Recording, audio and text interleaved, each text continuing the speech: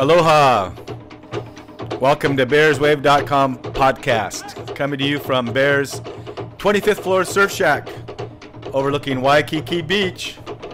So it's time to wax up your surfboards. The surf's up. Not really. But at least in our podcast, the surf's up. And we're going to paddle out for another great podcast. We got a good podcast today, huh, Shane? Yeah. Hey, what's up, everybody? Actually, it's Memorial Day. We don't know when you guys are going to be listening to this because you can listen to it years in the future. Who knows what's going to happen? There may not even be Facebook anymore 2 years from now when people are listening to this. But on microphone number 2, we got Crazy Todd Robertson. Yeah, I think that's me. Thank you very much. Hey, Bear. What did I do this time? I tell you what you did. I just started the podcast already. Well, I'm telling you, dude, we are going to have a good time today. Yeah. You know who's in the room with us? We got, you introduce him. Well, it's Colonel Sanders. Has everybody had chicken before? This is the it's the wrong Colonel. We have the Colonel Nick DeMarco. Yeah, I think it'd be Colonel Pasta. I'm Italian. Don't be saying Colonel Chicken here. This is Colonel Pasta. That's who I am. Yeah, the Colonel, my cousin, half Ukrainian, half Italian. That's a great mixture. If you like food, that's a good mixture to have. Wow. It's like cabbage and sausage together, I think. A lot of people wonder, why we have the Colonel here. It's Memorial Day. They think it's because it's maybe Memorial Day. We bring the Air Force in. But it's really because he has 21 homemade cannellonis that his dad made. And I'm glad you qualified that. I wish I could say I made them. My father made a bunch of stuffed shells. Can't wait to bring them over here. I got about 30 meatballs, homemade meatballs. Actually, Bear, they're defrosting now, by the way. Yeah, so we're going to have them in about the end of this podcast. Unless I eat them later today, but I'm going to try to bring them over tomorrow. Yeah. What? Not today. Not today. They're still frozen. What are you talking about? I got to let them defrost a little bit. Oh, my God. We have like a party coming over. Good thing Tyler made some pasta. You can't talk like that and all of a sudden not have the food. We got like what's wrong with you guys? Come on. Oh, yeah. Okay, I'll bring them over. They're kind of frozen, but I'll bring them over. We don't care. But I'm cannelloni on a stick. Okay, so we got to start with our commercials. So you want to introduce a little bit of Onnit, Shane? Yeah, if you go to onnit.com, ONNIT.com, you can get Alpha Brain. It's a cognitive enhancing supplement. If you go to the code name, put in the promo code BearsWave, you'll get 10% off. And if you don't like it for the first 30 pills, you get 100% money back guaranteed. So check it out. You can read the ingredients. You can go search it, see if it's legit or not. And right now they just renewed it. It has new stuff in it. They took out some of the stuff because some of it was some vitamins are illegal in like Canada. So they had to readjust the vitamin. Oh, those Canadians. Yeah. So, but the nootropics in Alpha Brain, it's fantastic. Yeah, it really helps your brain work correctly. I'm not on it. I haven't had any in a while. You haven't had any today? No. I had mine. We're gonna get some more. Okay, we're gonna have this will be our lab. We'll have Shane over there, and we'll see who's more on it. And if you take more than one, sometimes you're flying, like math's just flying. Like you can do everything so much faster because your brain just works so much better. I want some of that right now. Yeah, give me some. Let's get right some. now. Want to get it? I want one. Let's get one for Nick. Let's get one for Nick. You can't take it in Canada, but you can take it in New Jersey. What you're trying to tell me? Yeah, you can take. Yeah. As long as we're clear with that, you can't do it in Canada. Those guys. The whole world is overregulated. They just readjusted it, so. But Onnit is an awesome product. It doesn't rev you up or anything. It just helps your brain synapses function a little bit. You have a lot more clarity. And you know what else, Shane, that we're going to be ordering this week is they got their new kettlebells in. So we're going to be getting some kettlebells. Yeah, those just came in. Really good price on them. But what I really like of their products is the Sport Shroom. Gets a lot more oxygen to your muscles. So I find my workouts, you don't need to take it unless you're doing a pretty massive workout. If you're working out hard or long, they really, really help because my workouts now last 2 hours and a half to 3 hours because I've got that extra. Yeah. But it's not like it's a boost of adrenaline or caffeine or anything like that. It's not that false sort of energy. It's just good. It gets you oxygen to your bone. Gets oxygen to your muscle. So anyway, so Onnit.com, and we also want to thank Surf News Network. We got Gary Cooley was here recently, and if you want to check out what our view is here, if you're in where's all your Ohana, Nick? They're over in Florida. Yeah, I got them in Florida and in Connecticut. Yeah, Connecticut. Your dad's up in Connecticut. Some of your family up there. All the Italians up there. Yeah, and all the Ukrainians are down in Florida. That's right. That's true. That's right. And so down by Cocoa Beach, Satellite Beach, that Orlando or someplace in that area, right? Yep. So if they want to see what we're looking at outside our window while we're doing our podcast, they go to surfnewsnetwork.com and they plug in the Waikiki Beach Cam and they can see our views. So, but we've been getting some. You know what's really cool? Right out here today, we had a friend of ours and he's going to be in our podcast, probably the next one. He works on a oil rig in the North Sea, like Norway. Oh, that's the guy we just met in your room. Yeah, he has to take a helicopter ride an hour and a half to get to work, and he lives on a platform for a month at a time. And the guys all on that oil rig are listening to our podcast. Wow, they must be really bored. Yeah, they're desperate. And that's what we figure. If you're not desperate enough, you're probably not going to listen to this podcast. But well, I mean, 1 month on a ship full of guys, and that's not better to do. That will probably help wanting to listen to something. Yeah. So you're pretty popular, Todd, on a ship full of guys. An oil rig. What, you say I'm popular on a ship full of guys. guys? I did not say it was all guys. That's where you went. Hey, we needed to change the channel real quick on this one. It's getting going south there. Okay, so we have Nick here because we like to have basically there. Look at the kettlebells. They have a full range of kettlebells. A good price on them. I don't know what they are, but I know haven't priced them out yet. What is a kettlebell? It's a good. It's like lifting weights. It's like a different way. Actually, developed by the Soviets, by the Russians. Yeah, they developed that. It's a different pounds over 5 pounds up. They stole it from us. You have a handle to the weight itself, and you're using that to do overhead thrust. It's actually pretty neat. What is it like? I haven't got to use one yet. It's intense. You have 5 pounds up to 25 pounds. I saw some folks working out at the fitness center on base, and it's actually a neat. The Russians developed it. It's a neat way of just working out, and a lot of lunges and using your core instead of just doing bench pressing and squats. It's a full range. Full range of using kettle. You can only use 10 pounds or 15 pounds in each hands, but you're doing squats, jumping, bound again. It's all core work. I tell you, it's pretty intense. I heard you can get a full workout in 20 minutes. And the good thing about it is that if you only get the 5 or 10 or 15 pound kettlebell in your house, instead of having to go into the fitness center, you can actually work out in your house without having to go there. So this is a good deal for folks who want to get the kettlebells. Yeah, onit.com. So we invited Colonel Nick to come because it's Memorial Day, and my son Jeremiah, he was in the Afghan war. He was on the Bonhomme Richard, flight deck of the Bonhomme Richard, but Nick thinks that we brought him here to because it's Memorial Day, but really because he's such a great golfer. Yeah, The safest place in front of is in front of me when I'm playing golf because I'm not going to hit you. I'm going to go left or right. They call it Army golf. No, left, you do. right, left, when we right. golf, you're aiming. Yeah. When we're golfing, like you'll aim way off to the left if the green's in front of you. But I went to the over here in Waikiki, the driving range yesterday. The problem about playing here in Waikiki though, the wind is always about 50 knots in your face, so you never know where it's going to go. But I was hitting them pretty good. They're going out there. You're getting too good for me to play. No, that's not going to happen. I'm hitting them fairly straight though. All I know is when we go out and golf, we usually don't keep score. Maybe are you keeping score now? When it's a good score, I do. Okay. I had almost a par, which is close for me. You almost had a par? Wow. You guys are kind of speaking a foreign language. I don't know this golf game. Hey, we don't either. You get a stick and a ball and you hit it. Well, I know it's something like basketball, I guess. I mean, it's a ball, you put it inside of a hole or something like that, right? Yeah, exactly. You got it. It's exactly what it is. Yep. So anyways, I really don't know, but what is a par? A par? Can somebody tell me what par is? You're buying stock. There's a par value of the stock. No, listen to him. If they estimate if it's going to take you 4 shots to make the golf ball into the hole, average 4 shots. That's called par. So normally it's going to be an average of how many times it's going to take you to hit the ball to put it into the hole. That's called a par. Well, who's the guy that decides, hey, it takes 4 shots? Some guy a long time ago to kind of design these courses. Someone who's really good. So each hole is a par 5, which means maybe 500 yards. And they estimate an average golfer or decent Not an golfer. average, a good golfer. A good golfer.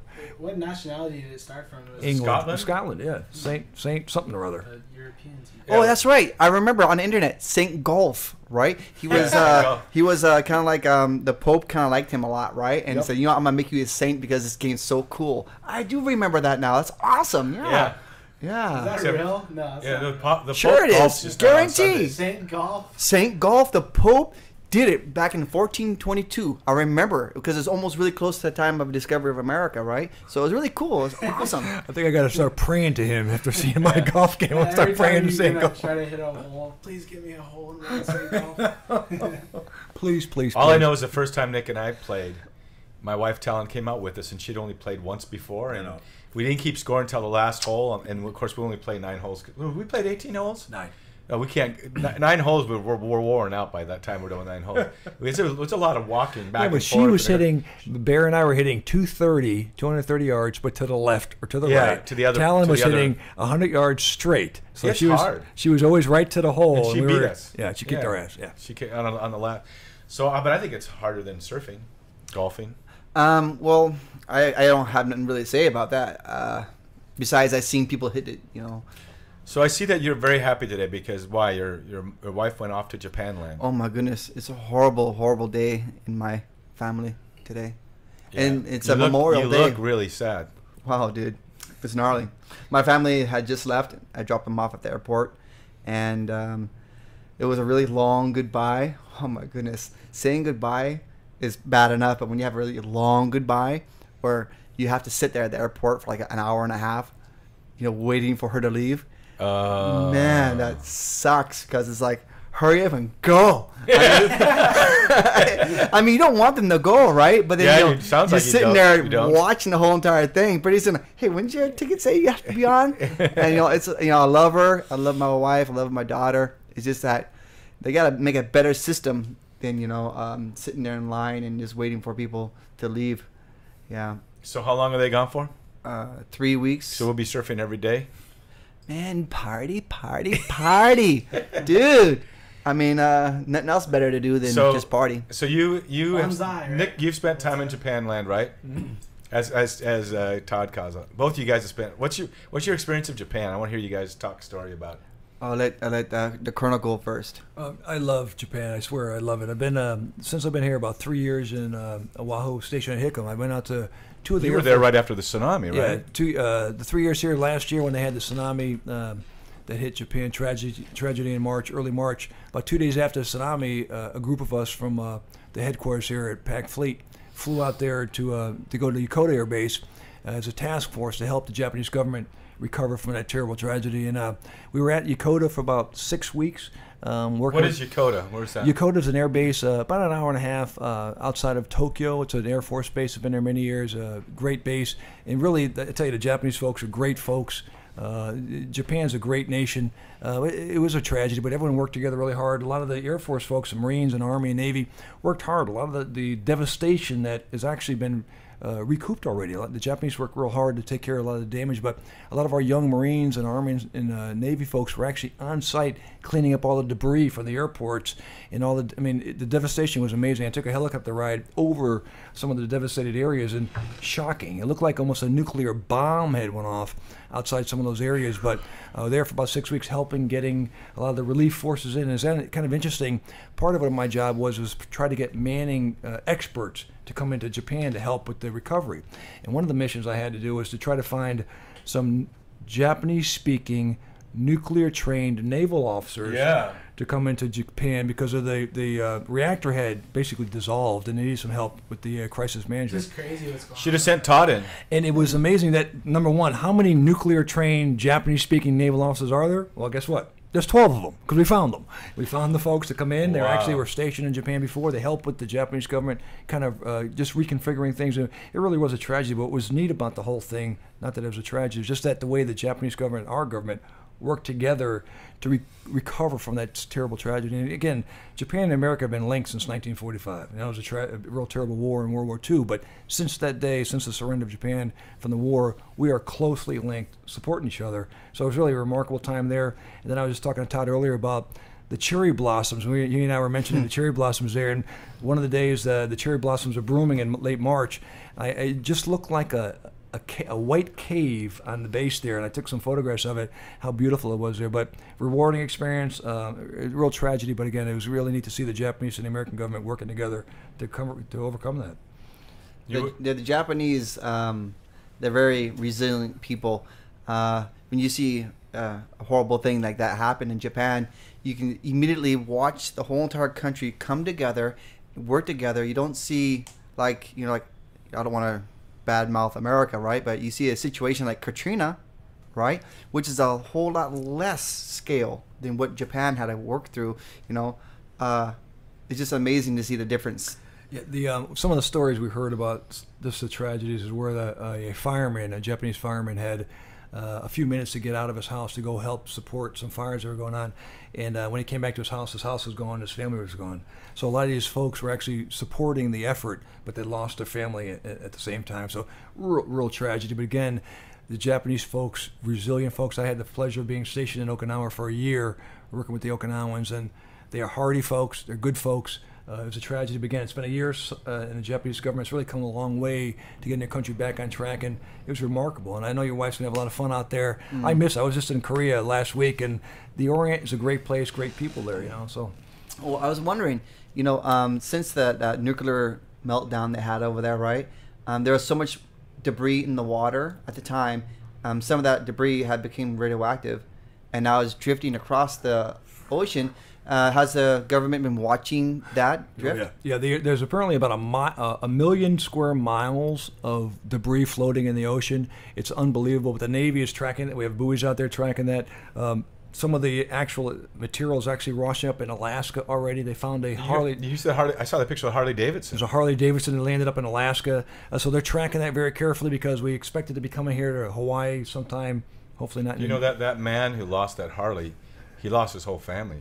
But they found the Harley. They were able to figure out whose it was by the unbelievable vehicle ID number. Yeah, the actual license plate number of it. It's a tragedy, but the Navy's really engaged in that because they have buoys all across the ocean looking at that. But hopefully the radioactivity will dissipate with time and with the water. But they're looking at that carefully.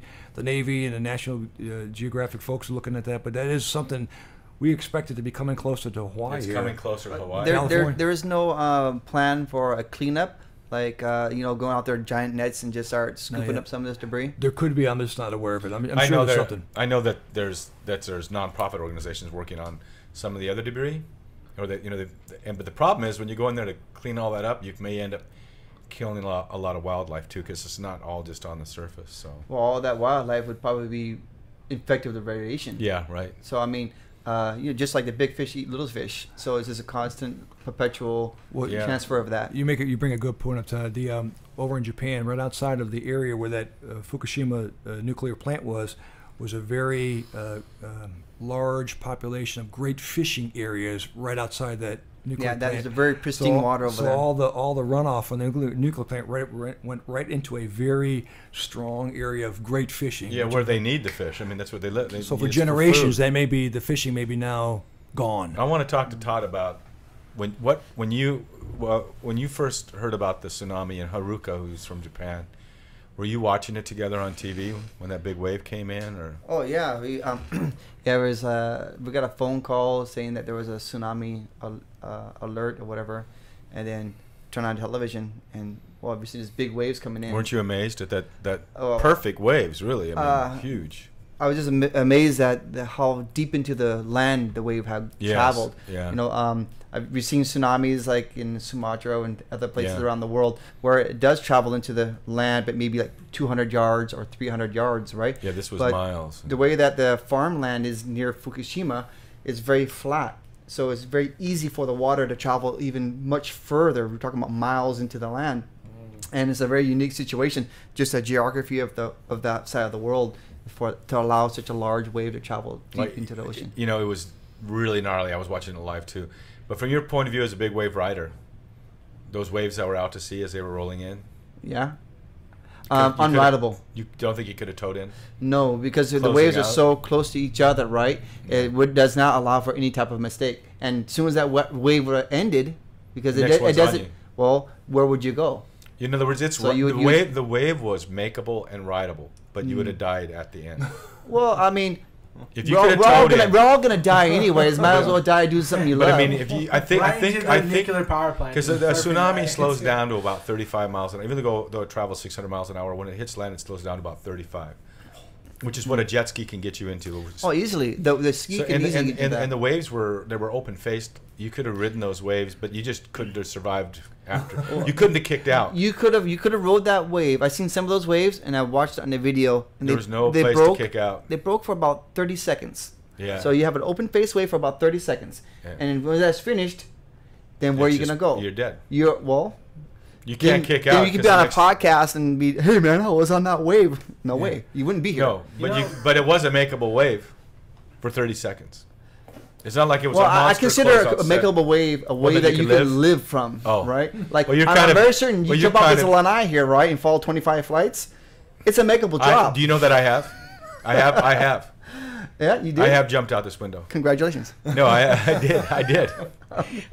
I rappelled out the side of my condo. Oh, awesome. I had a rappelling rope.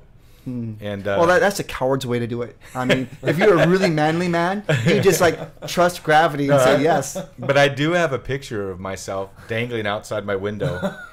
And I went all the way down to the bottom. I really didn't want to see Barry dangling anything out this window. Barry will be selling that picture later on the podcast. No, for $9.95. But seriously, my buddy was had the window washing contract. I helped him get the contract. And I said, here's the deal. If you get the contract, you got to let me rappel out the side of the window. And so he did. But you know what? The carabiners that they use industrial, don't make the rattling noise with your water. Barry, you got to be quiet. Yeah, we don't want to give away. Did you see everyone thinks when you have that paper bag, everyone thinks it's like a bottle of whiskey. It's just pure water. Mad Dog 2020. But we had he said, okay, but with the carabiners that you use for industrial stuff are different. He said, just be careful that you keep it away from your hair because it can get caught up in your hair. So I jumped out the 25th floor, I rappelled all the way down to 18 inches from the ground, and I neglected to keep it away from my hair. I'm telling you, it got knotted up in the carabiner. And I had to hold on with all my might to lift myself up for about 5 minutes while they went and got a tool or something to try to release me from this mechanical device. And I tell you, I could have made it all the way down and been a foot off the ground and lost my scalp. It felt like it was going to rip my scalp off. And the top of my head hurt for 2 weeks like I had been hit in the head by a 2x4. Have you ever been hit? You look like you've been hit in the head by a 2x4 several times, Todd. Did you get to fulfill your spy dream of climbing on a building? Was that? Yeah, I climbed out of a building. Yeah, I was Spider-Man. Felt like James Bond or. So Todd, to answer your question, yeah, I think it would be like jumping out of my lanai here, and live, and then in the last 1 foot kind of die. Yeah, that'd be just like the tsunami. You could live for 30 seconds, and then in the last foot. Then you would be dead. Well, the difference between you and the tsunami, right? If you would have died, it would have just been you died.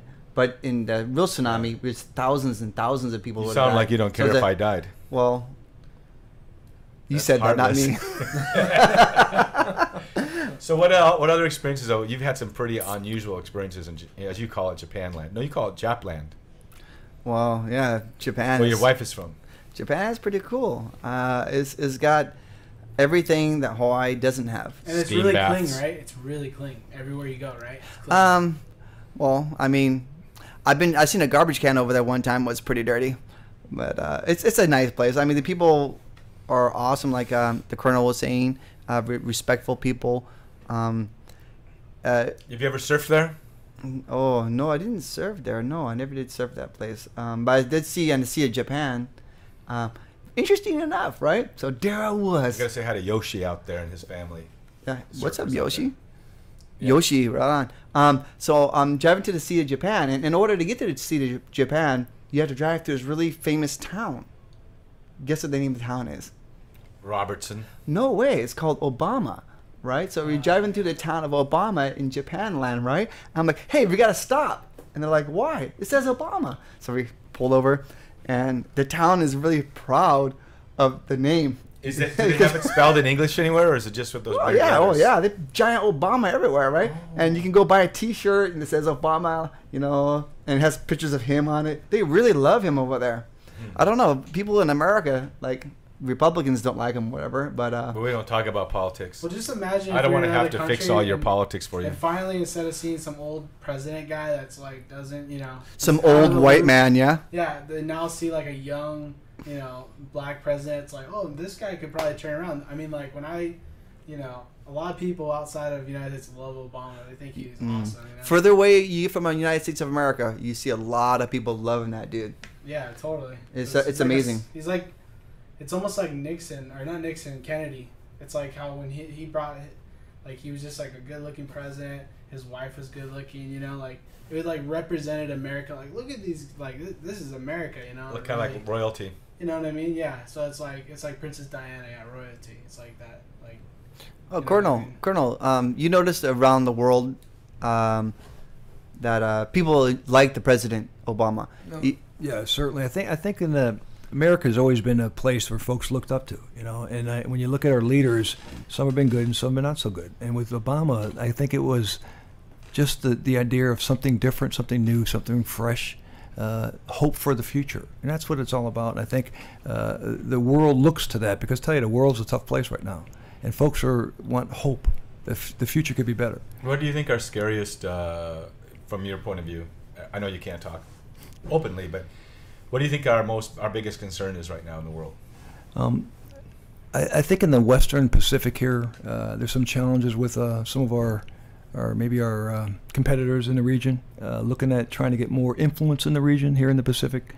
Before the Middle East was an area of concern for a lot of countries. That's kind of going down now as we're moving out of that theater. Now in the Pacific, though, that is the new epicenter for America. And I think we're worried about that for a couple of reasons. Number one, though, is the amount of massive debt that America has to certain countries that are challengers. Yeah. That are challengers. So when you couple the amount of debt that we owe certain folks and the amount of economic struggles we're going through, if you don't have the checkbook in your own hands, it's sometimes difficult to make moves and counter moves. So I think America has to really kind of reevaluate where you're going, where we're going. So you're saying that our debt is a security issue? It is a national security issue. Our debt, our massive debt, the problems we have in our economy, the problems of not balancing a budget, the problems of a shrinking defense budget, the problems of a shrinking naval force, which has been the smallest naval force we've had since World War I. Those things are challenges as we move into the 22nd century, where other competitors in the region are already kind of stretching their muscles out a little bit in the region. Yeah. So the West Pacific is now becoming the epicenter for us. Isn't it kind of like the military, instead of getting men, they're trying to get like robots, like more and more like drones in the sky? Like I see them moving to that direction. Well, actually, Todd and I had good discussions about the computer world and the cyber war, and that is where you're going. If you got to decrease the number of people in the service, you have to use other means to get your message across, and that could be computerized, could be robots, could be a lot of things, drones. But yeah, there's some challenges here. That's for sure. I think the next true battle will be over space. Like each country has allotted space. They chopped up even our space above their countries, and so like smaller countries in the Pacific Ocean here, like the islands of Tonga, right? They have a allotted space directly above them at which they can use. So other governments are trying to buy that space from them or lease that space from them. So it's going to be like economics will always be a factor there, right? So the guy with the biggest bang, with the biggest amount of money will buy that space. So like that country of Tonga or Samoa or Fiji or, well, like right now we're down in Micronesia, right? So Micronesia takes over a lot of space. And so we got a foothold over there, you know, and we're not actually trying to help the Micronesians. We want that space directly above them. And so that's what the whole entire Pacific thing is happening right now, even though I'm not an expert in like you are, but you can just kind of see the evolution of it, and it's like there's only going one way, and that's the only way it's going to be. Yeah, we had an interesting exercise the last couple of weeks here in the Pacific, and what was remarkable is that amount of computer attacks that kind of influence the battle space. And what you're saying, Todd, is right on, because in space, if you have satellites in space that control the battle space, because our competitors will have to send up counter satellites to decrease your ability to influence the battle space. So whoever owns the sky can influence the battle space. And so as you look at our budget, our defense budget going down, our ability to influence the battle space going down, and our competitors' ability to influence the battle space going up, there's going to be some challenges here in the Pacific. Hopefully our leaders will look at that and decide which way to go. But there is challenges. You're right, Todd. Cyber war, space war, those are the future. And what you're saying, Tushane, the robots of the future, that's where we're heading. Do we have the resources and the will to go in that direction is to be seen still. Yeah. It's I mean, it costs so much money to do all that stuff. I think it's all a matter of the It's will. like probably the most expensive thing. Prioritize. The first time I ever heard about any of that type of stuff, right, was during the height of the Cold War, and we had Reagan was our president, and he understood the idea that space is really important, and he had this whole entire Star Wars idea, right? How real was that? How real was it? That was not. I tell you guys, real quick story. I was stationed at Los Angeles Air Force Base in 1987 to 91, and I was working on. I was at they had Northrop down there. We had aerospace down there. They were at the beginnings of the Star Wars stuff, and there's a lot of that was very true. I went down to. I mean, you know a little bit of California. God, there's Dana Point, where they actually where they're working on laser technology to blast stuff out of space. It was the leading edge back in 1987, 88. Now, just to add on something real quick, what I think is the missing link to all this, and I got to tie it into my other job, which is education here in the Pacific, is training our young kids to go into the certain career fields that help. Now, John F. Kennedy, you brought up John F. Kennedy. He said something pretty profound many years ago. Ask not what your country can do for you, but ask what you can do for your country. I was just thinking about that the other day. And that doesn't mean just go into the military. That means go into career fields that help your country. For instance, computers or science and technology or entrepreneurism. Because I tell you, folks, the Indians, the Chinese, a lot of other folks are they're pushing their young folks into certain career fields that are going to help them down the road. We need our young kids to look at science, technology, engineering, mathematics, because that's the future. But here's what I see happening is I know we're ranked, our education system, our students are ranked 23rd out of the 40 industrial nations. But you know what's another interesting statistic? Our kids are ranked #1 in self-esteem. So it's almost like there's this false sense of entitlement, or hey, I won a trophy because I tried out for soccer, not because we won the game, you know. So there's this false sense of self-confidence. Well, statistics can prove anything. That's a proven statistic. But I mean, it's an interesting. I think it's probably very valid. But this, statistics they can be jaded a little bit. But I know that there's a difference between self-esteem and self-confidence. Self-esteem comes from your mommy, right? Self-confidence comes from overcoming things, you know, and it's kind of a rude awakening now. So many kids come out of school like with this feeling of being entitled.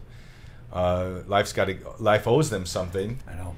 And but we got to get past that. Back to the Clint Eastwood American way. And I think the other part of what you're talking about, statistics, I think we have our education system is kind of challenged. However, our collegiate system is ranked like #1 and #2 because mostly foreign students. But who are the students? Yeah, they're all foreign students. Indian and Chinese are coming all Stanford.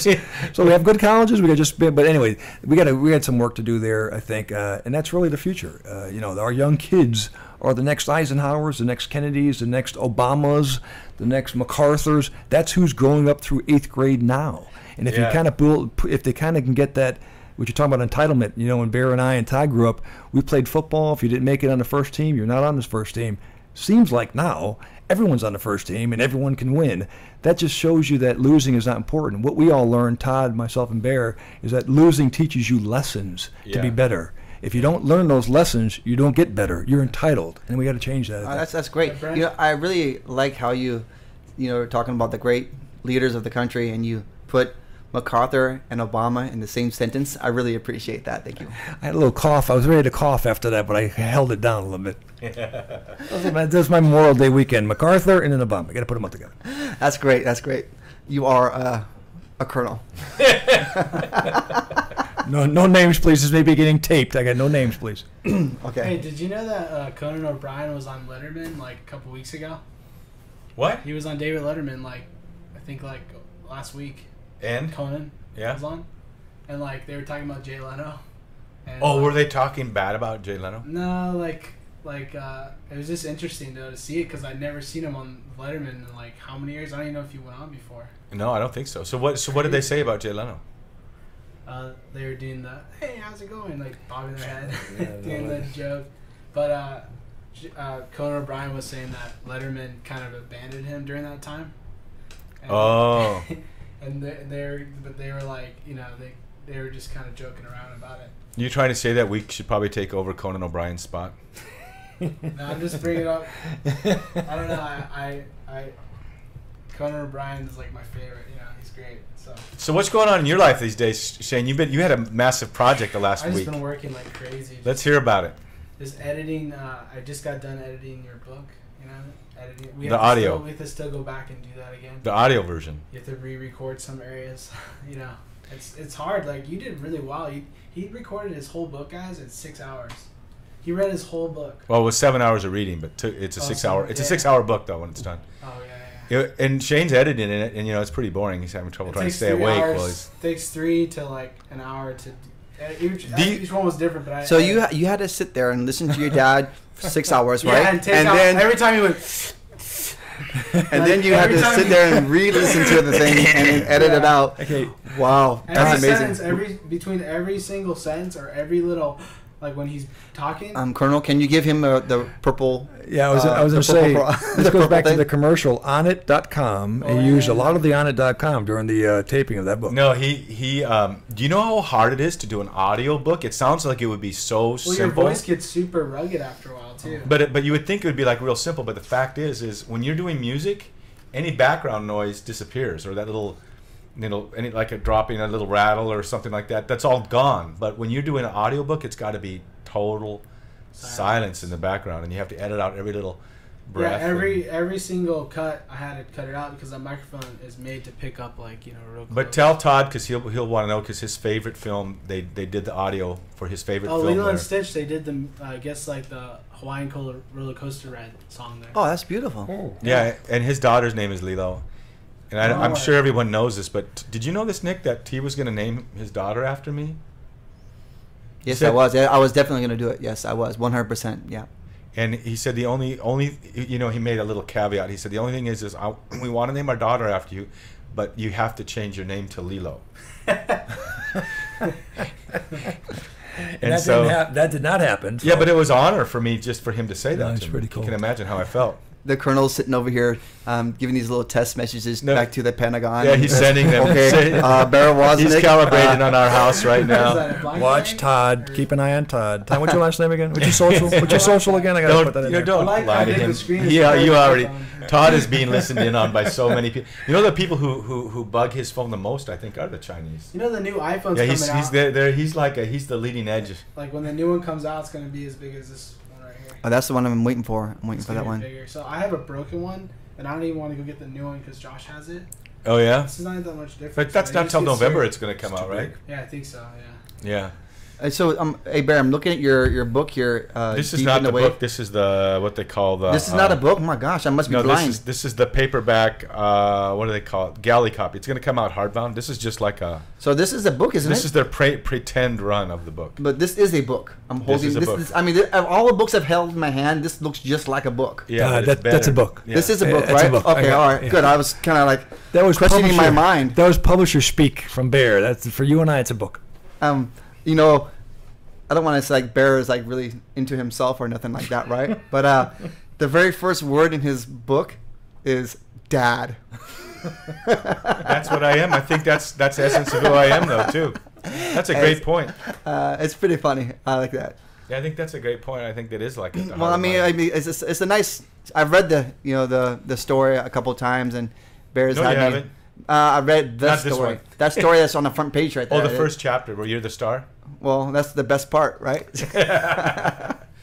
And, it's interesting that people, when they write stories, they love to include themselves in that story, and even like other writers, right? Like vampire stories. Well, they always put themselves in there because it keeps them interested in the story.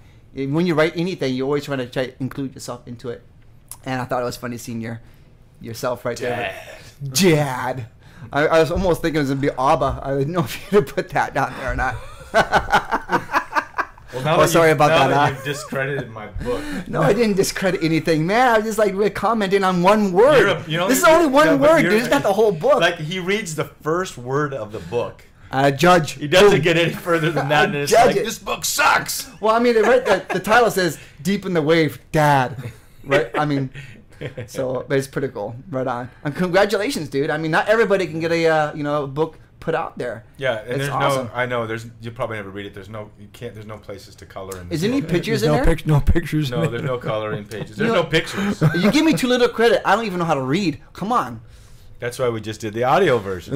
Going back to. It's gonna get exciting. Hey, the Clean Break episode's coming out in what, like 2 weeks? A what? Your Clean Break episode. We got to talk about that. I got a clean break just out of prison. Oh no, clean you- break. The Our remind TV show. me, Our dude. TV, I do not know. Huh? That Nick knows about it. The TV series around that they filmed you. Fuel remember? TV. We've kind Oh yeah. Todd and I are in the first episode. So I was cracking some coconuts on the beach. do you know that's what pretty cool. Do you know what the Latin is for coconut? Coconut. I'm gonna tell you. It's cranium. Nec- No, wait, don't tell me. It's Necrophilia. necrophilia. That sounds something dirty. No, it is. sounds What does dirty. that That mean? sounds something Dead. dirty. It means dead. Yeah, I think you can go to prison 'Cause for like necrophilia. it looks like a person's head, right? I got a Wait, story what fact about is that. that? I can tell you. It's like you don't want to know. We can't talk Oh, about you're it. joking. I You got know a what? story. But that is the name of that coconut. It's I think yeah. that's really. in Latin, the Latin word. I don't even wanna- Yeah, well, technically, coming from an arborist, right? I'm certified through the International Society of Arboriculture, where I can take my degree and work anywhere on the planet That's Earth. why his phone And, is bugged. So I'm trying to express to everybody in the world my supreme knowledge of the word necrophilia. All right, And it means? And it means sex with dead people. All right, so Yeah, that's you have what to I thought, understand yeah. that, Bear. I was joking with you last time. No, but you said it. The Latin Yeah, word. that's called. for coconut. That's called. I was joking with you. Well, what is it then? Now I've told 100 people that's the name of it. And that's the beauty of What's it, the man. Latin name for coconut? What's the It's Latin not name? necrophilia. Necrophilia, man. Necrophilia is sex with dead people. Come on. Necrophilitatus or It's- something. it's Well, like- what is it in Huh? People Latin? that are more. Or you're an arborist. It's actually necro something, but See? it's Necro coconut. I have a It story. is necro something, but it's not necrophilia. But hey, for everyone who's listening I have in, a story for that. That's funny. what's someone- that? Well, someone- should we want to hear this story? I'm kind of nervous. A necrophilia story. Nice. Yeah. Oh my God, we don't want to hear All this good story. stories start with necrophilia. Oh, please. Well, basically, You like, can edit this out, can't you, Shane? No way, this is the best. what's the problem? Come on. I mean, it is messed up. You are actually. the editor. But I just was like, I have a story, so since they're talking about it, I should say it on the podcast. Jump in, let's do Good it. idea.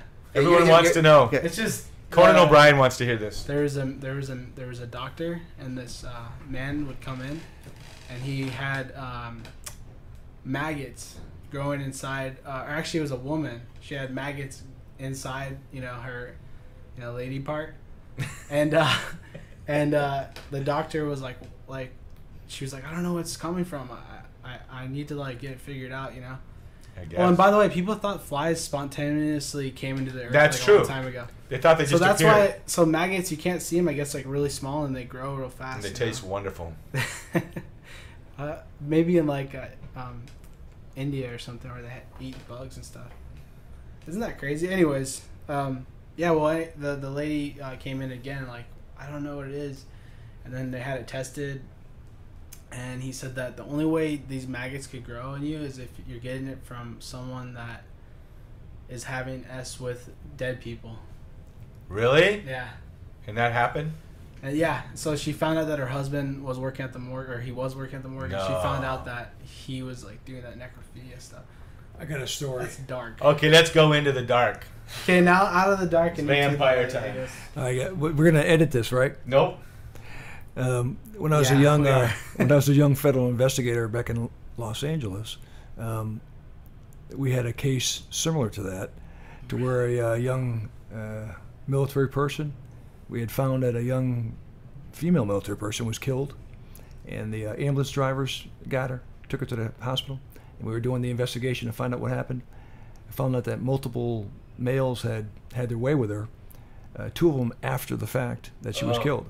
So when we did our investigation to find out who was the culprit, we kind of broke down some of the persons of interest, and it was the driver of the ambulance confessed that they pulled over and had their way, necrophilia, with the body. So we got two of them. So the boyfriend was the actual murderer. He had stabbed her with an ice pick in the chest. Small puncture wound, very little damage, and she was a very attractive young woman. And the two ambulance drivers had their way with her on the way to the hospital morgue after she was dead. This was back in 1989. I thought I'd heard a lot of crazy things. I was 10 years as an Air Force special investigator, doing multiple cases, and that was one of the weirdest ones. Besides hearing about autoerotica, which is also another weird one. I don't know what that is. What is that? Autoerotica is where you would put a noose around your neck, hang it, put the noose. Oh, you mean like the guy from that Kung Fu show? You'd put a noose around your neck. Oh yeah, that's how he died, right? Yeah, and you'd What was his name again? actually bring yourself to orgasm. And Yeah. before you do, you supposedly let the noose go. And we've had multiple cases like that over when I was stationed overseas, where it was kind of a really sad, tragic story where you'd see a big muscular Marine with tattoos with a little ballerina outfit hanging from a door. Let's go another direction today. This is Memorial Day. What would the prison sentence be for necrophilia if you did something like that? Yeah, they both got. This is going back 20-something years. I want to say it was like 10 years. So, even though the person is dead, it's an illegal thing to do. Yeah, in the Uniform Code of Military Justice, the military reg, bad stuff, that's in there. Oh, so you cannot do that to dead people. Okay, I'm just curious. Okay, so anybody I guess I can't do that no more. Yeah, there goes your Thursday date night. Well, I mean, ignorance of the law is no excuse. We're going to edit all of them. We are going to edit these things. We are not editing this out. We're going to edit I don't think we are. We're just going to let it ride. We're just gonna I've heard worse stories. So this is Memorial Day. We're talking about. Let's talk about something good about. Oh, Jeremiah was a veteran of the Afghanistan War, Yeah, right? he was. Yeah. And My son. Bear Woznick's son. Yes. Yeah, great DNA. Okay. Yes. Yeah. It's pretty good. I mean, the guy's a talented surfer, athlete, and he was over there fighting in the war, and he came back from the war, and he had a little bit of a post-traumatic, going stress on with syndrome. him. Yeah, that's what they have. I don't know what it's but exactly right, it's called but post-traumatic stress. and I took him out for a surf on some big waves, and I kind of relieved him of some of that, and some of these military guys, right? They've been in such intense, situations, and they come over here and they're sitting on the beach in Waikiki and they're so placid over here compared to what they were in. So they're looking for an activity to, not necessarily simulate the intense situation, right? But something to, make the mind work faster than a normal person does. And Something that keeps their focus, something intense. well, something much more than sitting under a coconut tree drinking a beer. But coconut trees are dangerous. Why is that? The killer coconut trees. Only on I thought you're off this necrophilia thing. 150 people a year die of coconuts falling on their head. Well, I imagine more people die of paper cuts. I bet you there's a statistic out there. I know I'm a CPA. I know. Well, it doesn't being a happen here in CPA Waikiki is dangerous. It's illegal for them to have a coconut tree. 150 coconut deaths a year. The killer that's more than shark. Coconut trees are more dangerous than sharks. Really? Like Absolutely. You see a coconut tree and there's coconuts in it, you should run. So we're trying throughout the world. If you see a coconut tree with coconuts in it, you should call the police. Isn't there something you can stop this guy? Right? We're trying to talk about But Memorial. okay, I want to ask about this goodness. post-traumatic. What are you guys doing about that? Well, let me bring on. Todd made a good point up. Just to add on what we're doing for the post-traumatic stress syndrome. For the Air Force, when I got here about 3 years ago, we witnessed that in the Air Force, serious issues coming back. We wanted to find a way to relieve some of that stress, but also do something fun.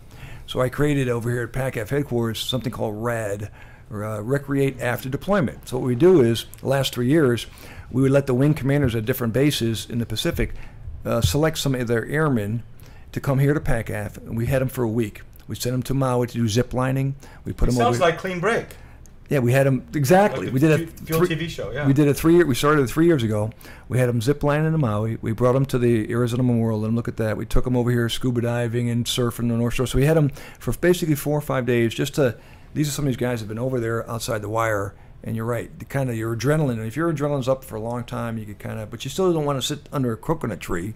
You want to do something to get your mind off it. So we brought 7 or 8 airmen together for about 4 or 5 days to have some fun, zip lining. And so all the after action reports from our young airmen just thought it was a fantastic thing. It helped them relieve some of the stress and have some fun. Zip lining, scuba diving, hiking up the over in Maui, just fun stuff for them to do. Did you ever have them sit under a coconut tree? No, it's too dangerous. Too dangerous. We don't want to get hurt. But that was some fun stuff. And we got to make sure our guys, because a lot of young kids are coming back with some issues.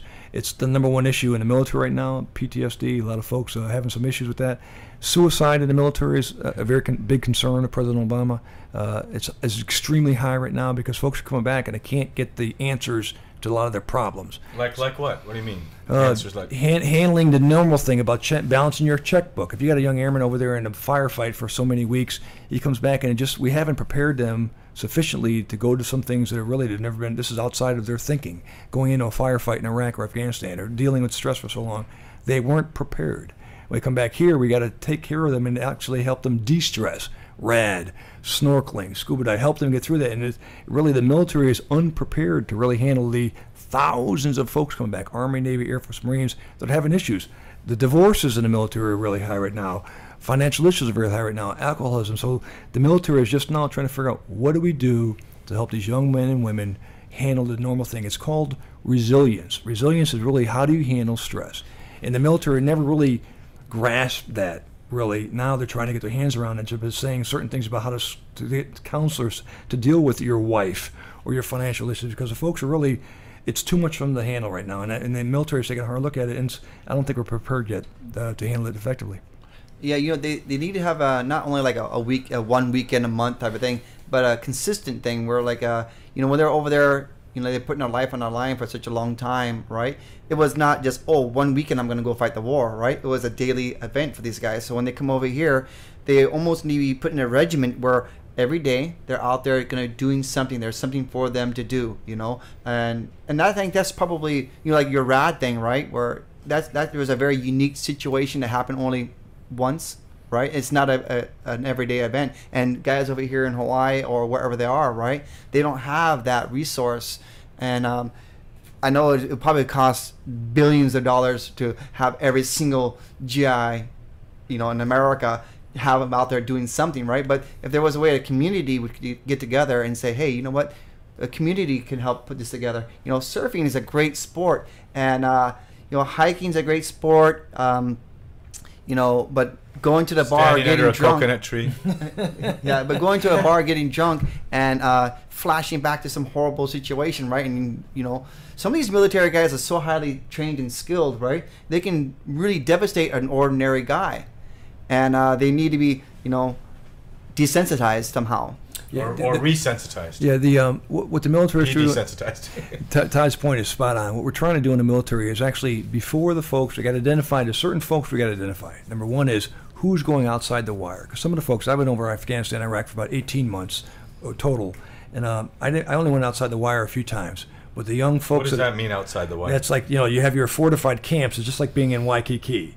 As soon as you go outside that wire, now you're in Baghdad or you're in Kabul. You're outside where the bad guys. You were telling me it's about some of your landings over there. Yeah, when you're outside, when you're dealing with the bad guys on a daily basis, it's different because you're under stress. We're trying to do now is identify the folks that predominantly go outside that wire and get them some schooling before they go out there. For instance, if you're not prepared to handle stress, and you go out there and you come back, you may have some issues. But if you start talking to someone prior to going out there, so if Bear is talking to me about, Nick, this is some things you should be aware of, it's okay to understand you're going to get nervous and anxious. There are some ways to cope with that. Coping skills prior to going there. You go out there, you come back, then we get you again, and it kind of handle it. Give an example. What do you mean by coping Talking skills? through issues. If you're getting really nervous, identify why you're nervous. Some folks think it's almost unmanageable. Anything is manageable if you give it the right coping skills. Learning to breathe right, slow down your breathing. Don't think of the worst of a situation. Think of the best of the situation. I'm going to die. I'm going to die. I'm going to die. That's not. If you get that thought process in your head, you're going to raise your anxiety level. So the process is to try to help folks think through positive environments. Think through coping skills. This is where you should bring Todd in, seriously, because this is the same sort of mental strength it takes to ride big waves. You have the same self-talk. Yeah, I don't know exactly how the military decides who's going to go outside the wire. If they can make that decision making, right, a voluntary basis, where like, hey, I'm joining the military, right? I don't mind sitting in an office playing on the computer, right? And then you have the other guy who is like, hey, you know what? I really want to do this. Now that seems like that guy would have less tendency to have that type of syndrome coming back. But some of them don't even know what they're getting into. Oh, they know what they're getting into. But what do you say? Well, some of them will look at like a Modern Warfare commercial, a video game commercial, and be like, I want to do that, man. Like, that's all I have left, Some of them, it's like their last resort. It's kind of like giving themselves up. And that's what happened to Jeremiah. He joined the Navy for that very reason. And when he got out, he was like, dude, I don't even know why I did this. We've got to be careful not to talk about they should speak for themselves. Well, it's war, and that's the thing is, I think the United States should show what war really is. Like, it's a lot sensitized. Like, you don't see it on TV, I think that's a great point. I think what the military is doing now, because of all the large number of issues we're having, sometimes it takes the military, which is a big organization, 1 million folks, to realize where you are. And normally we're behind the curve. So now they're finally realizing the suicides, the issues. So if we could have done this 10 years ago, we've been fighting the wars for 10 years, 2011. Isn't that longer than? 2001. It's longer than Vietnam, World War II. So figure it, when we got hit with the 9/11 in 2001, we've been at a war.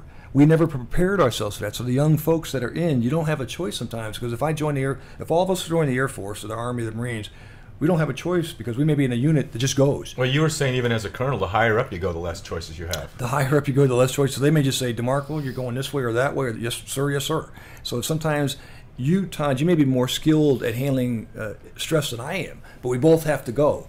So what the military is trying to do is prepare all of us equally. You can handle it better, but at least give me some skills to realize that, yes, you're going to be nervous, you're going to be anxious, you're going to be excited. Here are some ways to try to handle that. But it was cool what you're saying. This is what I want. This is what I was trying to. They are our heroes. This is what I was trying to bring out is a dialogue about how when you're going into harm's way, you, Todd, you've talked to me about the mental mindset you have before you go out to surf big waves and how you train the guys that you're teaching how to, and how those coping skills. I wanted you guys to talk about that. Well, the mental part of I don't know that the military does it, but I imagine they would.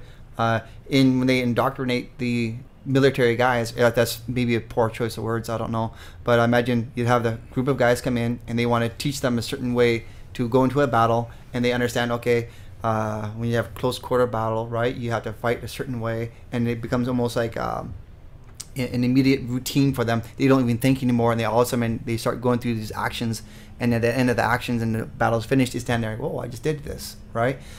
Same thing with the riding large waves is everyone who's training for big waves, they sit there and they indoctrinate themselves too. They kind of like, okay, when a 50-foot wave comes and is going to land on top of you, right, you're going to have to just deal with that situation, right? And so you become almost like a machine, and you kind of like just continuously go through the motions, and when all emotions are finished and all the danger is done, you're finished with the whole entire environment. But the difference between what the tow surfers and the big wave riders is a 100% choice of the matter, right? We chose that day to wake up, go down to the beach, look at that wave, and say, yeah, I really want to go out there. But there are times though when you've been out there in big surf and all of a sudden it's gotten double. Yeah, well, and even you didn't in that choose situation, to be there, you just happened to be there in the right place.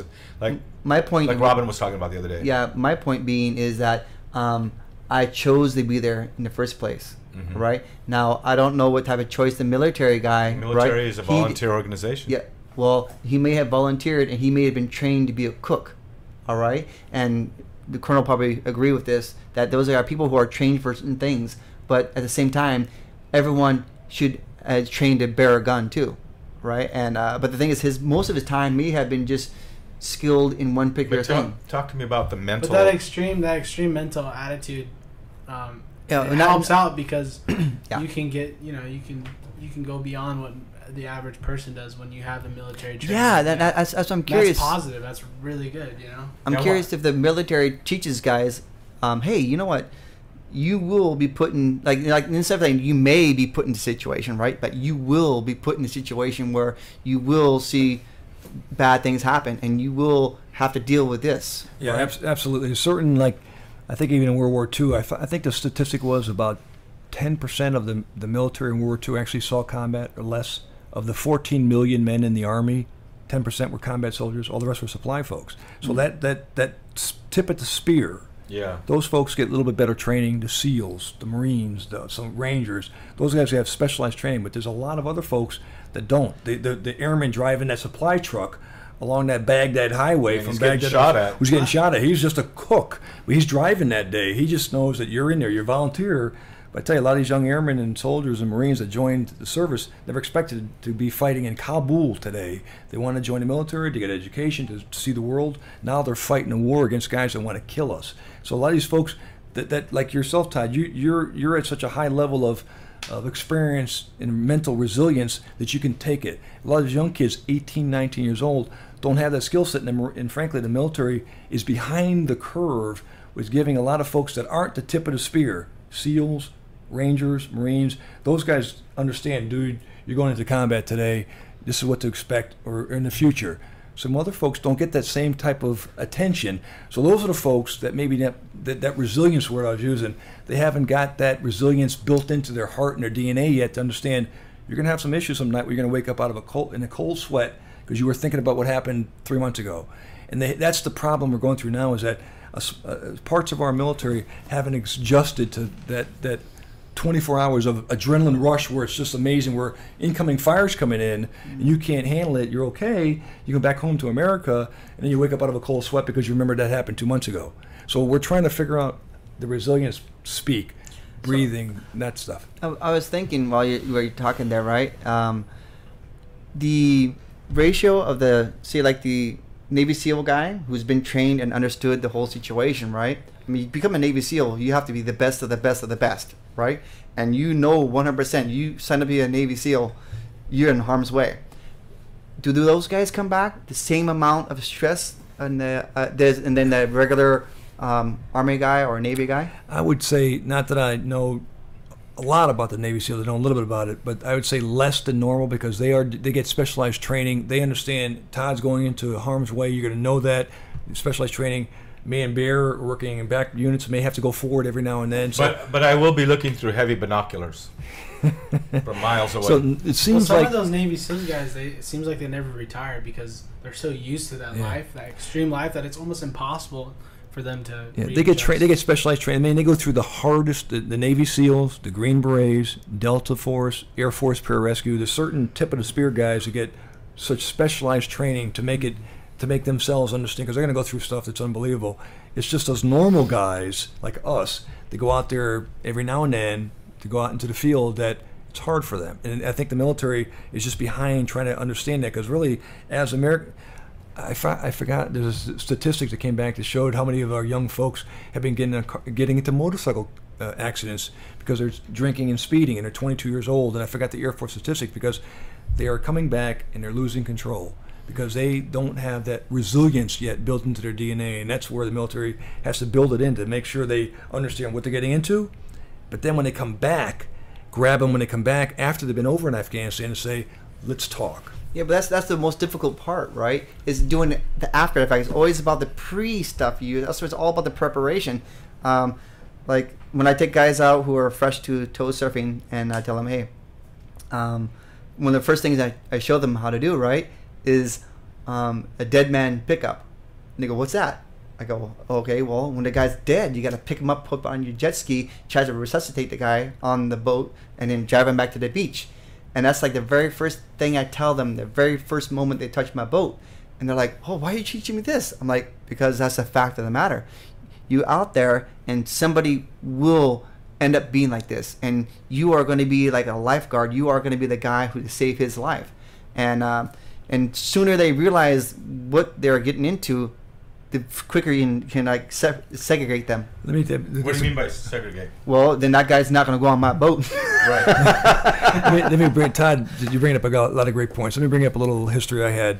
After 9/11, I was back in D.C. at a base. I was a commander, and I had a lot of my young airmen that were assigned to work at the Dover Port Mortuary.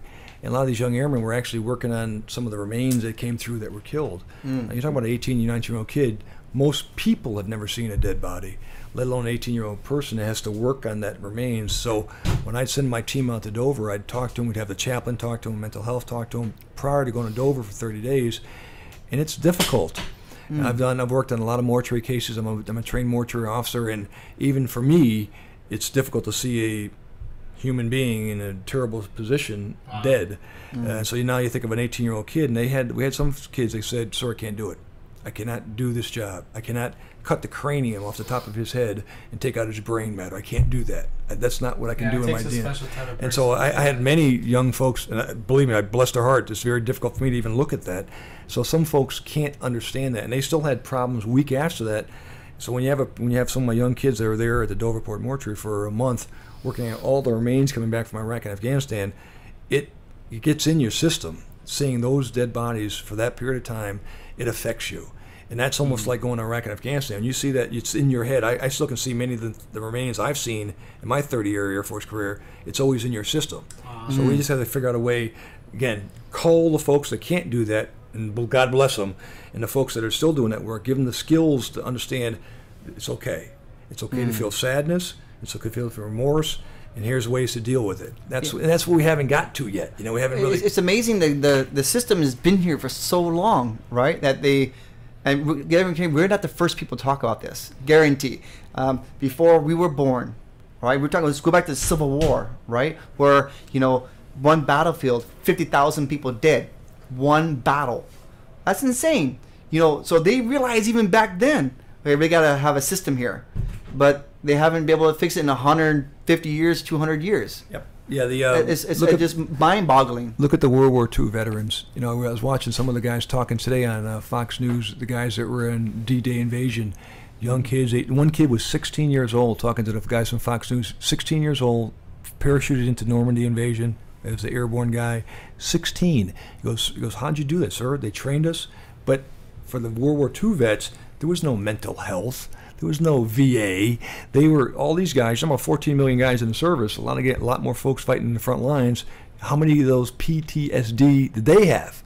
I'm saying hundreds of thousands of them. But they didn't have the skill sets in the military, the VA, which is still underfunded and undermanned now, to handle that. They just say, hey, you'll be okay. Take this pill and you'll be better. Oh, they love pills. See, now it's getting the military again. We're slow. It's a big bureaucracy. It takes a long time to understand. And I think now, as the mothers and fathers and daughters and sisters are calling up saying we have problems, now it's shifting to where I think we'll finally get to the point where the attention's there. Not there yet, but the attention's getting there. It's probably going to have to get to something where it's like they just completely erase it from their brain, like little nanobots will go in your brain and just find that area. Well, I don't think. Wait a minute, I want to hear this. What now, Shane? I'm talking about they have nanobots, already. They have them. What's a nanobot? It's like the size of a little small, little organism. Yeah. Like a microscopic organism. They're going to get them that small. That's going to be the future. And what's going to happen? We're going to be able to live forever with those things. Yeah. It's going to always rebuild our body perfectly the way it was. I think I saw that in the Avengers recently. Isn't that part of the Avengers movie? I want to see that. There was a movie called the guy who, it's a movie, it's a documentary about this man that predicts, he's predicted, cool. Computer, when the internet is going to be popular, when email, what's going to be popular, and he's been really good at it, and he works for Steve Jobs, and or he has worked for Steve Jobs to predict, they'll go to him and they'll be like, what's going to be popular in the future for consumers in the next 10 years? What should we get prepared for? Which stock to buy? What is it? And he does all this. Start buying stock. And when he was 15, he created a computer. It was a wooden computer. But a nanobot's going to go inside my ear. But he's saying eventually hopefully we won't have to worry about what foods we eat because the nanobots will process it. You won't gain weight. You'll always be the same because it will literally just us humans, it will just literally. Make us perfect all the time, and then, people will be living long. They'll all look like me. Is that what you're saying? That would be a whole new issue. There would be more people on the earth. But why are you laughing? The whole entire eternity thing is really disturbing for me. What's that? The eternity thing is really disturbing for me, just because it's disturbing because of him living forever. I don't know, man. Can you imagine if the whole idea is a fallacy? I mean, it's impossible, right? Just can you imagine if you lived 400 years, you'd be so bored out of your mind. I wouldn't be, man. No. I got so many things I want. I would have a whole 100 years just to become a rapper. So what would happen if you got it where you and then disco for 100 years? Forever? Then what would you do? I'd probably kill myself. No, man. I have so many things I want to do. You would run out of things to do. You would run out of things to do. No, I wouldn't. You would. I say that all the time. I wish I had so many lives to live because, just last week, I decided I was going to get into country music for the next 2 years, really good, and then I'll move on to the next thing. You can't do it all. It'd be like that. What's that movie with Bill Murray? Groundhog Day. Groundhog Day. Where you're staying. No, man. I got so many things I want to do. I don't have time. Yeah, but just think of the politicians that would be around forever. Yeah. Oh my God. Wouldn't it be much better? Policies would be horrible if you just had robots. Like in the future, we just buy. My like, girlfriend to be a robot. It costs. You have to pay it off for your whole life. It's like real expensive, and all you Well, do like is, like your girlfriend.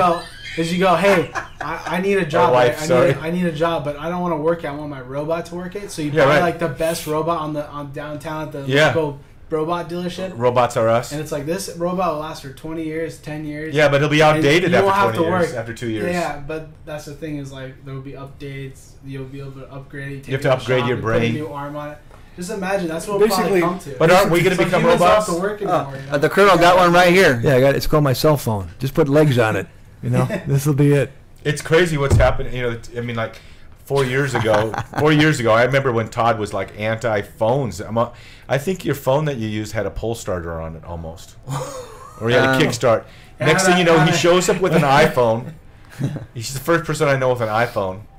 And the next thing I know, he's got Facebook. And the next thing I know, his dog has Facebook. Well, of course, everybody wants to know what so Rusty has, you know, what he's been up to. Rusty's such a good... his balls. No, he doesn't. He doesn't? Well, he doesn't. I'm curious. I neutered him. I took them off. His robot takes care of that right now. What did you do today, Rusty? I tried to lick my balls. There wasn't any there. They were in the Did shelf. Did you really though. do that to your dog? You know the easiest way to do it? I did it. I've seen it on the internet, right? All I did is take a rubber band, wrap it around there, and sit there for a couple days, and it. How did he feel? How did he feel about that?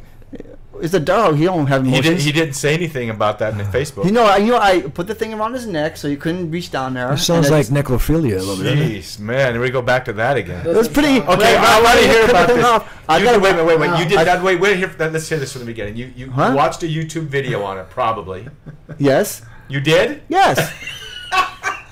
And then what did they say to do? Well, you get the just like a lampshade you put around his neck, right? I remember that lampshade. Then you take a really strong rubber band, you wrap those nuts up, real nice and tight, and it's a pretty tough piece of gristle down there, right? How does he feel about that? Huh?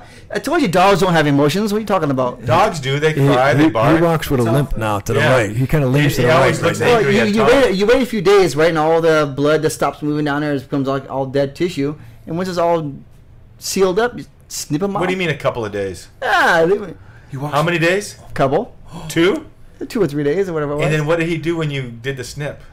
Nothing. He couldn't feel nothing. He was all dead. Was it a snap, or just a snip? It was a pretty, like I said, it was a pretty tough piece of gristle down there, right? Was it one snip? No, I had a little. It was a snip and a snap? It was a couple chomps. And then what? Was there any blood? No. I just told you, if I can do... I'm sorry, I'm not an expert at this. So you didn't take it to the vet at all? You just... No, cut him off. But what does he do now? He's got nothing to do now. Yes, he does. He's got nothing to lick. He runs around and sniffs around, and he's happy. He's trying to find him. He's pissed. He's very pissed off right now. He's trying to find him. Come on. Hey, I'm like a surgeon. He's got no purpose in his life. At night, Rusty's trying to put elastic band around Todd. Wait, he's going to put it around himself. He never posted this on Facebook. Talking about weird surgical stuff, my dad one time... He fixed my finger. If you guys take a look at that, right there is fishing line. All right. I don't see any. Well, take a look right there. It's your bad eyes. Okay. But, see, that's out there is fishing line. Still in there? He used it to. No, it's out now, right? But my brother had chopped me with a knife. Before he shot you, or no? I got shot. But the thing is, he shot you here? No, I got shot in the mainland America when I was like. You got shot right in the mainland? No, you're talking about right there. That's right in the leg. Never mind. Stop! Why do you have to worry about my stuff? Leave me alone. Todd, who shot you? What happened? Just stupid stuff. Some guy had a little pistol, barely even a gun, right? And he said, "Yeah, he didn't barely even touch." I pulled the damn bullet out. It was just barely even touched me, right? I was like, "What the heck?" And I reached in there and pulled the little thing out, barely size of a BB, but it was not a BB. It was a little 22 pistol. 22. Yeah. Oh my gosh. Yeah, it was like. What does it feel like being shot? Does it hurt? Like he had post-traumatic stress syndrome. It feels like a fire, like burning. But it's not bad. But when it hit you, was it like? Did you? No, you feel like somebody punched you or something, right? It's not even that much. It's like burning. It doesn't really bother you. And what happened to your finger then? Oh, you're talking about so there I was. Did he wrap it around your balls, your dad? No, man. You get around your finger. You got this, fishing wire and this not fishing wire, but fishing string, and he just sewed it in. We had chickens on my farm, right? And so whenever chickens would get hurt or whatever, he'd sew the chickens back together. So my dad thought he was. He would sew the chickens together? Yes. Now, how do you get the rubber band on their balls? You don't use rubber bands for chickens. Oh, because you want them to reproduce. Chickens That would be can't. hard. That would be hard. Chickens to do are that. female. They're very small. I know Bear wants to harass me. Everybody, Bear loves to harass Aren't me chickens because female and, I'm full of scars and what is full it? of stories. But No scars, no stories, right? well, So what about the darn fishing line? so yeah, you know, dang he fishing line. That's stitched good- me up right that's a there. good job, so I though. learned right then as a child. You know, you can sew things yourself. Yeah, but I don't knowing need- your dad, then he tied you to a fishing rod, threw you out as bait. no, To he use didn't that tell me fishing how- line. What? He No, tied that to a All right, rod. everybody out You there in the went world, you know, trolling. listening to this conversation, Going right? for bees. It's I'm so not- far away from what we Turn began. down your All right, volume. from nanotechnology You're to sewing Just fingers to chopping off my Did he dog's use you- nuts. did he use you as a- I mean, it's gone out of control. We are out of The control. horse is out of the barn. It's heading for the field. so- heading for the alfalfa. Bear Woznick, can you please, Yeah. please? So your dad sews your finger back on. Yes. And then ties his fishing line to a fishing pole. And what? No, he didn't. What? I don't know how you get to fishing. Okay. What's a all right. fishing line? All right. So there it was. I was young, dumb, and out of control. My brother chopped me with a knife. For what? For what did you do to what him? happened? Did he attack Were you you? stealing- You know what it was? Try to tie a rubber band I around tell his you, there's balls. a brother- Some Brotherly love? stupid kid in our neighborhood had showed him a TV, right? And we had no television when I was growing up. Uh-huh. And there was a magic guy in a television, And he had a right? knife? And he cut the dude in half, right? And so my brother goes, "Hey!" He comes over there, he takes a knife and whacks my finger. And he thought he was going to be some kind of magic man I or never met whatever. your brother. He That's should have crazy. cut his own finger. Huh? No, because magicians never cut I themselves. didn't know you had a brother, man. I didn't Huh? know you had a brother. I get like 4 or 5, or I got 6 Have I ever met altogether. any of them, you think? Huh? If I ever met any of them? No. Are they I still almost on the met one of your island? brothers. Are they on the big island, or? Actually, one lives here, but I they really look don't like like you? talking about my family because Yeah, it's leave embarrassing. Todd alone. Will you? Yeah, Come on. okay. Give him Come that on, break. I Leave had him alone. bad childhood We know that. memories. So He's you're got into, you're pee. into necrophilia, and you're into. From one little memory, now you guys trying to probe into you're my mind. You guys talking are like about some kind of a... necrophilia, putting a rubber band around your dog's cojones. No, I didn't. Oh, yes, I did that one. Yeah. But I'm not no Just- you only necrophilia. had I'm not one. making sex with You dead only people. had one. Huh? You just tied it around one of them. No, it was in plural. Okay. So he wasn't crying at all. So I wasn't. Paid. No, well, in the very beginning, it was kind of disturbing, right? But after a What do you little mean while, disturbing to who? Him or you? I couldn't do that. to Haruka was like, "Don't stop doing that! Stop doing that!" I was just relax. This is how we do it in America. And so, you know, because the doctor, right, the veterinarian was like charged me like $200 or something, right? I'm not you gonna don't wanna do spend that, $200, dude. Just go down to Kmart and get a lampshade. And a rubber Put it around his band. head and a rubber You band. know, oh, this guy right here, More he expensive probably than understands you. how the flesh needs blood, the circulation, it dies off. And actually, there's no feeling when you cut it. After that, there's no tissue You didn't alive. feel it, or the dog didn't feel it. I tell you, I didn't feel nothing. But I was able to sew it up. It was no big deal. It's not a What big was deal. this thing you told me about cojones in Japan land? When you were in the steam room and you had to get checked out before you I could think we already authorized to talked buy about this your on one of the other to marry your podcasts. wife. So you know, in Japan, right? Very much like a Jewish culture, right, where you have to buy somebody's daughter. You know, I mean, it's and many cultures, and even Talks the half Ukrainian Jewish. people. Imagine your descendants or your ancestors. You probably 2 pigs and a goat, and you get your woman or whatever, right? Horses. Well, Japan, we don't do that anymore, right? But the father still wants to inspect the cojones, what? the goods, What it was a the quijone. package. What is a quijone? Is this a huevos, like los huevos, Yes, los huevos. like eggs? Sorta. Male version. It's amazing. They're talking about necrophilia 10 minutes ago, but they won't say a pair of balls. I don't understand that, right? The colonel's very quiet in this I situation. have right some now. steel balls. You guys always Just put let me him down. finish. Just let him finish. Oh You don't my have much gosh, time this left. is embarrassing. No, it's not. But We only have 10 minutes left. really, Yeah. I really like to talk about the first time the colonel Actually, make had it to 20. stick his hands inside of somebody's brains. I really like to hear that story. That sounds a whole lot better than my wife's father looking at my nuts. I mean, it's Yeah, it's How about this story? It's not that bad. Wow. Right there. Oh, bocce balls.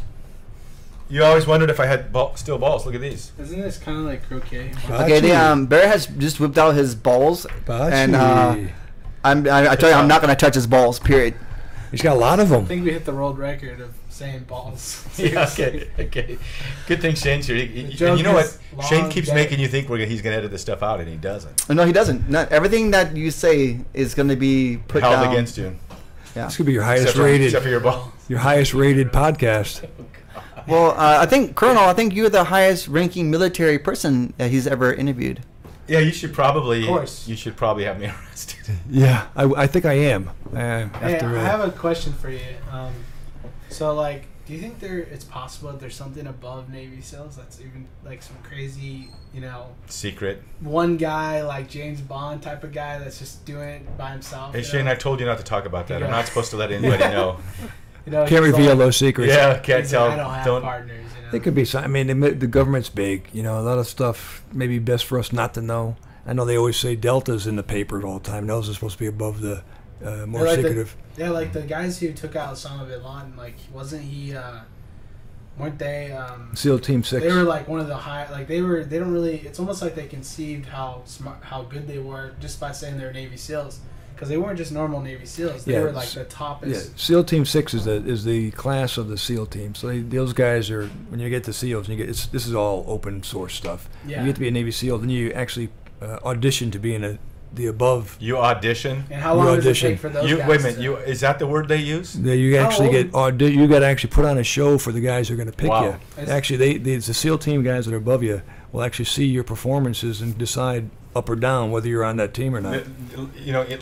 Like real. Like we're not just going out and playing, but you may be on a real world event somewhere in some place of the world. And some guy, I'm on it, and you're not, and I'll say, yeah, well, Bear did a good job, and Todd, not sure. Let's put check marks by your name and keep watching you, and then it's almost like a real world audition. You're being scored all the time. You're being scored, and if you make it to a certain level, and they say we can trust this guy with our lives, you're in. If not. We've had a lot of fun on the podcast, but I mean, it's a serious day, and that was a real hero event where those guys flew in. The helicopter crashes, right, and they rush inside there. They go trying to open up doors. Doors end up being brick walls, blowing out brick walls, running up there, and they're running through this building. And all of a sudden, they can see the shadow character on top of a stairwell, and there's the man. No American has seen this guy in like 10 years or whatever, right? And there he is at the top of the stairs. In Pakistan, right next to a military base. Yeah, it's amazing. And then you guys are all watching where they've arrested, the Pakistanis have arrested that doctor. He's in prison. Unbelievable. I mean, we should have stopped that. We should have been able to get him out of there. Yeah, that's a shame. But the military's got some great folks. There was a tragedy after that. We got Osama. Yeah, right afterwards. The helicopter went down, about 36 guys. So it's a tricky, crummy place to be. Let's get the heck out of there. Bring our folks back. But we've had a lot of fun today too. But we want to thank all of our servicemen and women. And we got to mention Surf News Network as well. Okay. We already did, though, actually. Okay. You didn't have your Alpha Brain? Yeah, I didn't have You get a pass. But you were saying not just the military men and women, but the civilians. There's a lot of civilians involved in in the theater and here on home. Oh, yeah. I had a chance to, as a colonel, sometimes you have a chance to do retirement ceremonies where you're the guest speaker. And I did a retirement ceremony for a civilian member that worked for me, civil service in the Air Force, about 30 years in the Air Force. I just did an Air Force major's retirement.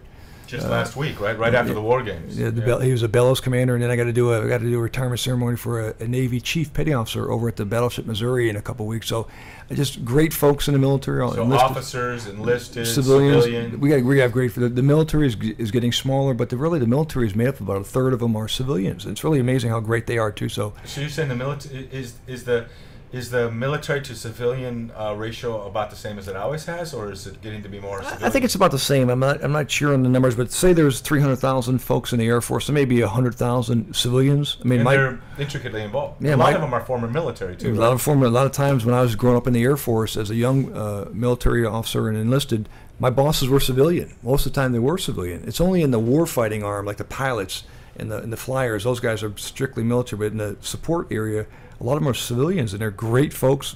Some are military, some are former military, some of them are not. My deputy, who works for me, great young woman, 20 years in the military as a civilian, wonderful integrity, character, all the great things. So really, it's interesting. So when folks think about Memorial Day weekend, just think about everyone in the military, not just the officers and enlisted, but also civilians that are actually putting their life on the line. Because when I was in Iraq and Afghanistan, a lot of folks over there were civilians too. So think of the big picture: civilians and military working together. You know, I got to say something right now. I've got my two really dearest friends in the world are in the room with me, Todd Robertson and Nick DeMarco, and my son Shane, who's become a dear friend. I've learned so much. We have coffee together every morning at 6 o'clock, almost every morning, and it's such it's a cool thing to have you guys all in the room today on Memorial Day, you know. And I had a cool experience last week. I had all my kids, all 4 children, Shane, Jeremiah, Fawn, Josh, and my wife Talon, we're all together in the same place at the same time, and it's just a real this I kind of get emotional. It's that kind of, you know, I remember when my son Jeremiah, when he was on the flight deck, you wouldn't hear from him for 9 months at a time. You might get an email if you're lucky, because even that's so secured. And so all these people that have military friends and family overseas or just stationed across the country, there's a great shout out to the families too of the military in that, because you suffer. I remember, to some parents when their kids are overseas, when my son was over in Afghanistan, I had no idea where he was, what was going on. You couldn't hear from him, you know. And then I remember when they came back, and I was looking through binoculars at the horizon in the pre-dawn hours, and I saw coming over the horizon in my really good binoculars a little top of probably a radar array on the top of a ship. And I go, okay, they're coming, because they were coming like 20 ships coming back. And I go, okay, it's a ship. You know, it's not the Bonham Richard, it's not an aircraft carrier. And keep looking, and then I could see this ship coming over the horizon. I mean, I felt like you hear about those women back in the whaling days when they would wait for their husbands up at the widow's perch for the ship to come over the horizon. I had a lump in my throat so big, and I jumped in my car. I drove over to Pearl Harbor, and I'm watching, and they're all arrayed in the military garb, you know, and coming in, and then I know he's here, but I still can't see him for like several hours. He's got to go through. Was stationed and couldn't get off the ship, and so what an emotional reunion I had. I know there's people like that experiencing that still. That we miss our loved ones that are overseas, and for all the military that have done. The reason why we can sit here and talk story and be stupid a little bit is because all you guys and what you've done. So I want to thank everyone and the families and the civilians. Yeah. A couple of folks that work for me, their kids are in the military. My deputy, her son works outside the wire, and then my secretary's son is a naval officer on an aircraft carrier. So, you know, you think about folks that have PTSD, but also the moms and dads get pretty anxious too when they're gone, like you were, Barry. Yeah. So you also have that anxious feeling when's your son coming back or your daughter. So you're right, it's emotional for families too. So it's not just the military members, the families, the moms and dads, and it's emotional for all of us. And I was on a Tiger cruise, so I got to get on his aircraft carrier, and I got to go from here to San Diego. And now we're coming into San Diego, where most everybody's family is waiting for them. And so now I am on the flight deck from their view, looking down at this gathering of thousands of people that are cheering and screaming. And do you think it was wrong of me, you know, because they spent the night before just pressing their dress whites and making sure everything was just perfect, because they're all along the deck of the. Do you think it was wrong for me to keep pretending like I had coffee and I was about to spill it on him when I walked by? Was that bad? No, that's fine. I'm sure he appreciated it. Talking about people we know in the military, right? My first wife, her daughter, which I adopted, married to this guy Allah Makanani, and he's in Afghanistan outside the wire right now, and he's fighting just about on a daily basis, and he's in a really dangerous little job over there. He's clearing the roads in Afghanistan. He's been there back and forth. For mines and things like the IUDs. Colonel will probably know much more about that than I do. And you know, the family, you know, his wife, and he has 3 kids, and it's every single day, right? He's waiting to hear an email, you know, and it doesn't come very often, you know. They don't get to it's actually much more frequent than you might think, because they once he gets back to the base, he can immediately throw it out there, right? It's just that you know, when she knows every day that's his job, and they call that, I guess they have the Spartans. You ever heard about the Spartans? It's an elite crew of people, guys who are out there, you know, and within the Spartans they have the Arrowhead, which is even the more dangerous guy, and that's his job. He's a part of the Arrowhead. It's a very, very dangerous job, and you know, I begged him, please don't join the military, right? And you know, he's one of these guys, right? Very gun ho, and he knew what he was getting into. You know, he's a Hawaiian, he's a warrior, and you know, he's a descendant of warriors. Mm-hmm. So it's kind of like in their blood, right? And hopefully, you know, he comes back fine. And I'd like to thank, you know, all the military guys also. Thanks, Colonel Nick, and thanks, Shane and Todd. Especially thanks to our military, our civilians that are serving alongside the military, and to all the families. And happy Memorial Day to everybody, and aloha.